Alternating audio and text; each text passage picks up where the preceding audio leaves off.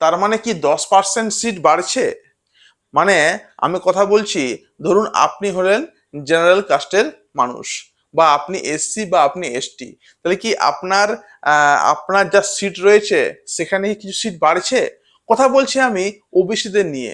ওবিসিরা যেখানে প্রত্যেকবার ওবিসিদেরকে 17% সংরক্ষণ করা হয়ে থাকে, কিন্তু নিউ গভর্নমেন্ট আসার পরে ঝামেলা হলো, 17 থেকে 7% করা হলো। তার মানে যে আমি যে ধরি যে সিট রয়েছে 100টা, ওবিসি ছিল 17টা, এবারে 17 থেকে 7 নামিয়ে দিল। তার মানে আগে ছিল 17 জন, এখন পাবে 7 জন চাকরি, কথার মানে আর কি। তাহলে 10% গেল কোথায়? তার মানে কি ওই 10% কি যোগ করা হবে জেনারেলদের সঙ্গে, না এসসির সঙ্গে, না এসসির সঙ্গে? একদম ভুল ধারণা, আপনার ভুল ধারণা। একটা রিক্রুটমেন্ট যখন হয় তখন তার একটা বার করা হয় গ্যাজেট, এবং সেই গ্যাজেটে সম্পূর্ণরূপে লেখা থাকে যে এই যে নিয়মগুলো, এই যে রুলসগুলো যা এখানে লেখা হচ্ছে সেগুলোই অ্যাপ্লাই করা হবে এই রিক্রুটমেন্টের ক্ষেত্রে।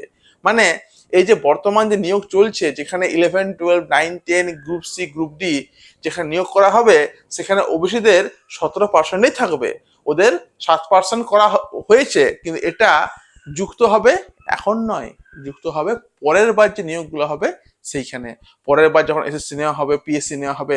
অতএব এই নিয়ে অনেকের একটা ভ্রান্ত ধারণা, এবং বারবার ফোন করে, মেসেজ করে।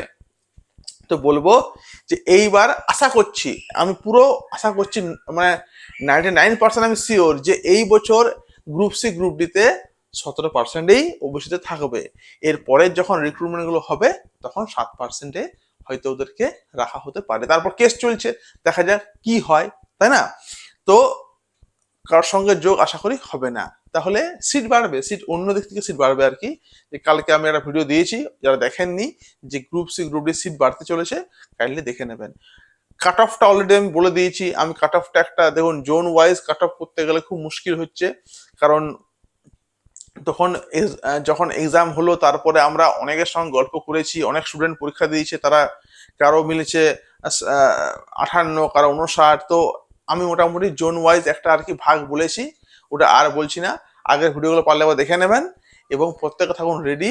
খুব দ্রুত দ্রুত গ্রুপ সি, গ্রুপ ডির রেজাল্ট, লিখিত পরীক্ষার রেজাল্ট বার হবে, এবং অনেকের ভাগ্য খুলবে, অনেকে কিন্তু জব পেতে পারে, এবং এটাই মনে হয় শেষবার। এরপর আর একটা রিক্রুটমেন্ট হবে, আর একটা হবে, তারপর আর আশা করি আমাদের এই রাজ্যে রিক্রুটমেন্ট হবে না।